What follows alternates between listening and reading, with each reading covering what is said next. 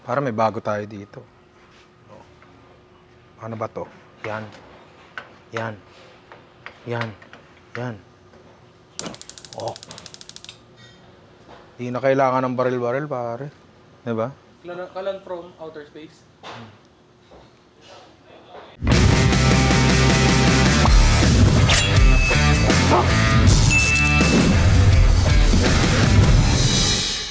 Malapit nang magano, pare. Pasko, bagong taon. So, ang isip ng tao nasa Noche Buena tsaka Media Noche niya naman. Diba? So, mga lulutuin natin ngayon at sa mga susunod pang episode, puro papunta ron. Alam mo yun?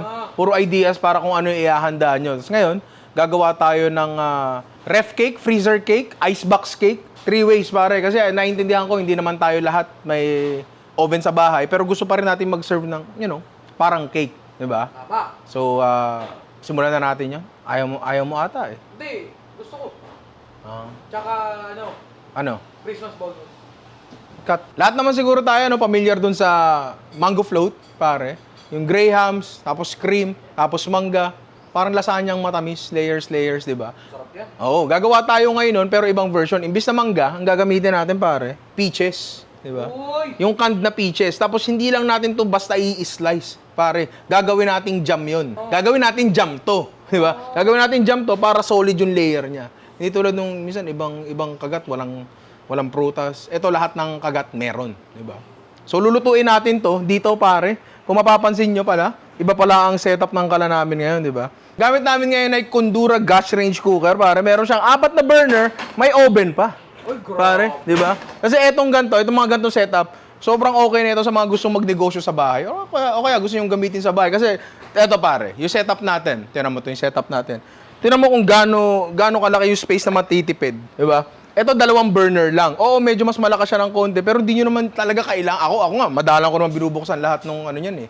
Lahat ng apoy niyan eh, di ba? Dumami na yung burner nyo, lumiit pa yung space na kakailanganin, di ba? So, ayos na ayos to. Tapos meron siyang oven sa loob na kahit ano, pwede nyo lutuin. Pwede kayong maglitsong manok, litsong baka, litsong iyan, kahit ano. Pwede kayong magtunay na cake, di ba? Tang malupit doon, pare, meron siyang flame failure device. Meaning, kapag nawala yung apoy, automatically, hindi na siya maglalabas ng gas. So, hindi mangyayari sa inyo dito yung nangyari sa akin.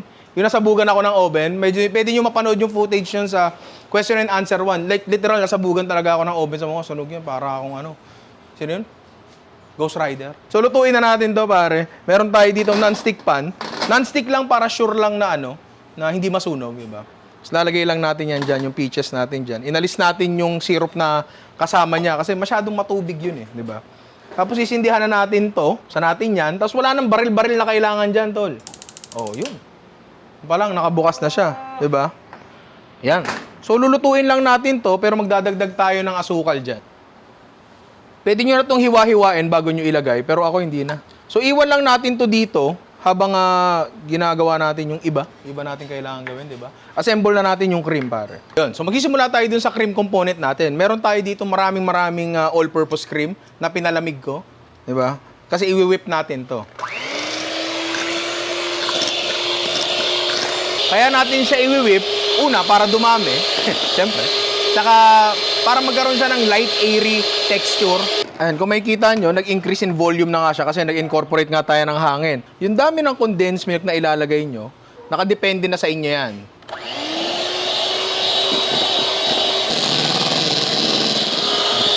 Uy! So, dahil medyo mabigat nga ang condensed milk at ang whipped cream ay magaang, pagka binuhos nyo siya agad, maaaring mag-deflate. Kaya dahan-dahan lang and i-whip nyo lang ng i-whip, di ba? Kailangan to palamigin natin. Kasi pag di natin pinalamig, wala, babagsak lang lahat yan. Tapos magiging liquidos, hindi na siya okay. Ayan, medyo dinurog ko na siya ng potato masher. Ano na to? Peach masher na yan. Ingat lang kayo, baka matalsikan kayo nito, mainit yan. Siguro it's a good idea na alisin muna natin sa apoy habang bine-blender natin kasi natatakot ako matalsikan. Yan. Pagka smooth na siyang ganyan, okay na, pwede natin ibalik sa apoy. Yan. Tapos i-reduce na lang natin to hanggang lumapot pa. So pagka ganyan na siya kalapot, yan. Okay na yan. O alam ko medyo loose pa yan, pero mamaya kasi pag pinalamig natin yan, lalong lalapot yan. Then tingin ko sakto na yung yung consistency niyan. So ililipat natin to sa mas malapad na lalagyan para lang lumamig siya agad. Yun lang yung point nun, di ba? Habang pinapalamig natin yung peach jam natin, di ba? Gagawa tayo ng mabilisang chocolate sauce. Wala tayo condensed milk. Lalagay lang natin dyan. Tapos iinitin natin yun. Buksan natin to. Sorry, di ko pa kabisado. Yan. Pihit nyo dyan, tapos wala nang lighter. Boom, bukas na agad. Di ba? So, initin lang natin to. Hindi natin pakukuluin kasi baka masunog, mataas sa asukal niya, tapos balikan natin mamaya. Pag medyo mainit na ng konti, may kita nyo yun, medyo lalabnaw ng konti yan eh. Patayin natin yung apoy. Tapos maglagay tayo ng, yan pare, nakachop na chocolate. Di ba? Dami niya, no? Paano, baka tumalsik sa'yo eh. Ayaw kitang masaktan eh. Hindi, parang gusto mo eh.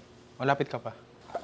Yan. Matutunawin lang natin yung tsokolate dito sa mainit na condensed milk. Parang natatakam ka, boy ah. Parang natatakam ka. Di naman. Hindi naman? Hindi. May dila ka, sabi mo. Uy! 2 ingredients lang yan, pare, pero napakatindi. Diba? So ngayon, okay na lahat ng components natin. Naka-ready na. Pwede na tayo mag-assemble. So malamig na lahat ng ingredients natin. Pwede natin silang assemblein. Diba? Dito ko siya i-assemble. Yan, sa malaking microwavable. Kasi gusto kong ipakita na pag nagawa nyo ito, pwede nyo itong dalin. Pero yun nga, magbubuo na tayo. Uunahin natin yung peach layer cake natin or pwede ba natin tawaging peach float. Basta buuin na natin yun. Meron tayong Grahams dito. Kasya ba siya? Hindi. Okay lang yan kahit mag-overlap ng konti. Walang problema dyan. Kahit putulin yung ganyan, wala nang problema kasi hindi rin naman makikita yan. Tsaka pag yan nabasa, lumambot, magiging parang cake na yung consistency yan. So, okay lang yun. Hindi na mapapansin yan. Kuha tayo, lagyan natin, yan. Tapos dahan-dahan, usod natin yan. Parang hindi masyadong magalaw. Ayan, gumagalaw siya ng konti, pero dahan-dahanin nyo lang. Then, yan. Pwede nyo rin actually gawin to sa mango kung wala kayong mabiling peach. Parehas din magiging lasa niya ng normal na mango float nyo. Mas pinahirapan siya rin. Hindi naman. Mas even yung lasa niya. Lalagyan na uli natin ng Grahams. Kasya na ba siya? Ayan. Tapos cream uli. Diba? Tapos yun uli. Paulit-ulit lang hanggang meron pa kayong space doon sa lalagyan nyo. Ow! Joey De Leon, baka naman. Takpan na natin yan. Pare. Tapos, sabay-sabay natin ilagay sa freezer to, pero gawin muna natin yung dalawa. Next, yung ating Oreo chocolate. Uy! Ito, feeling ko sobrang tamis, pero sobrang sarap din. Lagay lang din natin dyan sa baba. Actually, yung gagawin natin, isa lang. Oo, isa lang. Hindi akin na isa. Ay, lalagay din pala. Grabe ka naman, tol. Yun. Ngayon, ito yung chocolate natin, nalagyan natin ng condensed milk kanina. Matigas siya. Hindi siya matigas, pero ayan yung consistency nyo. So, mahihirapan tayong i-spread yun dito. I suggest, dalop-dalop na lang. Tapos, tak-tak. Kahit pa paano nyo ilagay, hindi na makikita yan. Kamukhang-kamukha nito yung ginawa natin kanina. So, baka pwedeng lagyan natin ng durog na Oreo sa taas. Lagyan na natin sa taas. Para lang mukha siyang, alam mo na agad kung ano siya. Tapos tatakpan natin. Pare, dalin mo yan sa sa office Christmas party nyo, kaya family reunion. Pogi mo nun. Ubus agad yan. Oo. Dito sa last natin, ang gagawin nga natin ay s'mores, di ba? Ito, medyo iba to kasi, ganun din siya, pero kanina, ang inuuna natin is yung mga crackers natin, yung mga Grahams natin, mga cookies natin. Dito, uunahin natin cream. Service lang. Next, kukuha tayo ng Grahams. Yan. Dito sa side na to, kuha tayo ng tsokolate and hopefully maipahid natin to na maayos. Yan. Pag meron na tayong chocolate doon sa ating Grahams, ito-torch lang natin ng konti yung tsokolate para lang matunaw siya. Konti lang ha.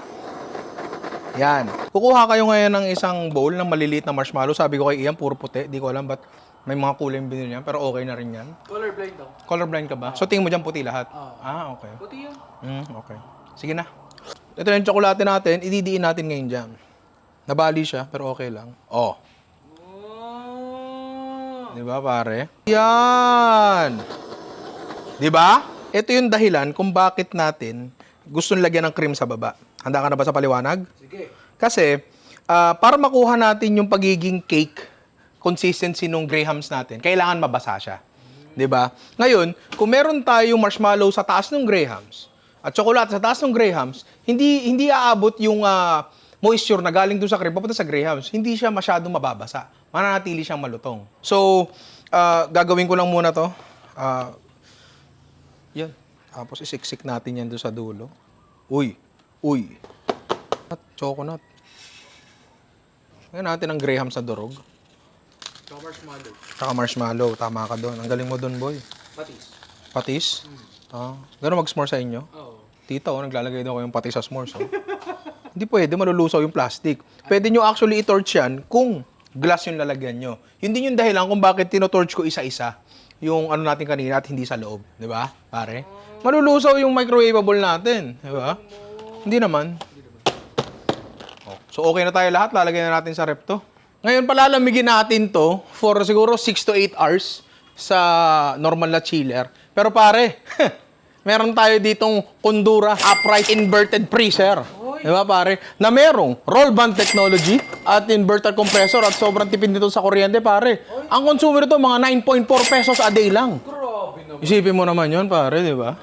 Oh, ang malupit doon, upright siya at ang dami niyang shelves.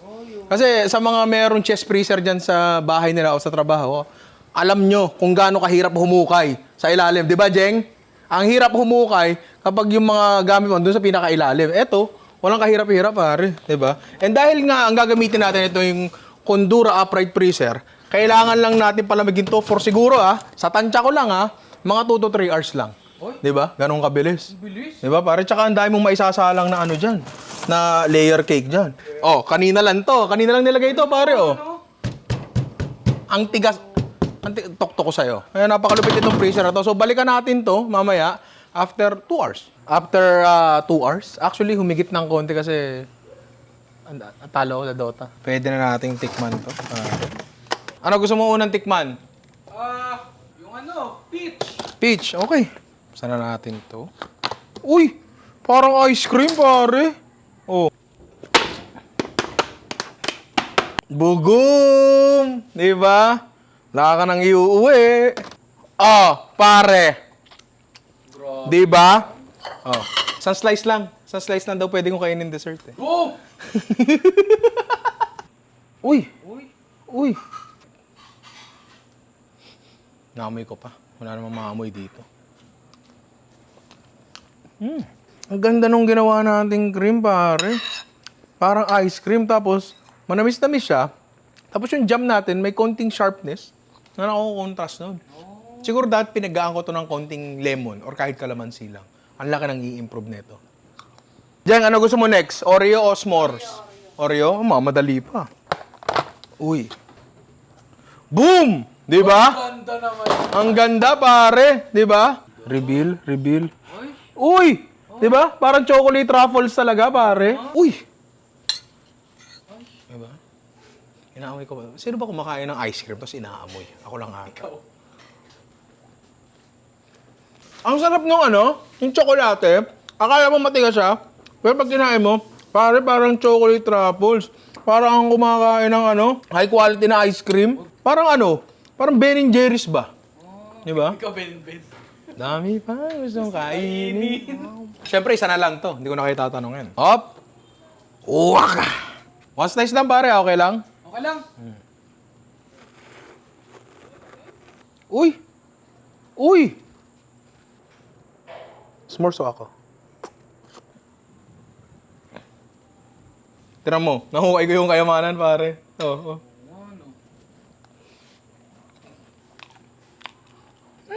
Wait lang. Meron may ba mukha ko? Hindi, wala ka. Pupunas na ako saglit, Hindi, malinis. Pupunas na ako saglit. Oh, Okay na? ginawa mo. Punas na ako. Nakakahiya. Harap tayo sa camera. Marami yung mukha natin. Sa lahat ng ginawa natin, ito yung pinakasimple. Siguro. Pero ito rin yung lasa niya, sobra simple. Pero ito yung pinakagusto ko. Ito naman, may dumi pala ako sa mukha. Di naman sinasabi. Nakaka-bad trip naman to. Wala. Ano ba ginawa mo? May na ice cream. Kung nakita nyo naman kung gaano kadali yung ginawa natin at kung gaano rin kaganda yung resulta, di ba? Siyempre, nagawa natin to sa tulong ng Kondura upright inverter freezer, pare. Tsaka ang ating Kondura gas range, pare. So, check nyo sila sa mga social media nila and try nyo rin itong mga recipes na to. And hindi lang dito natatapos to. Sobrang daming variation pa nating magagawa dito sa mga recipes na to. So, kung meron kayo naiisip, paki-comment sa baba para nakawin ko. At kung meron kayong picture, pakitag ako sa mga social media para magaya ko rin. Diba? Tama. Tama? Oo. Okay. Pero bili mo ang insulin. Naka-hyper ako eh. Alam mo yung mga bata na nakainom ng Coke?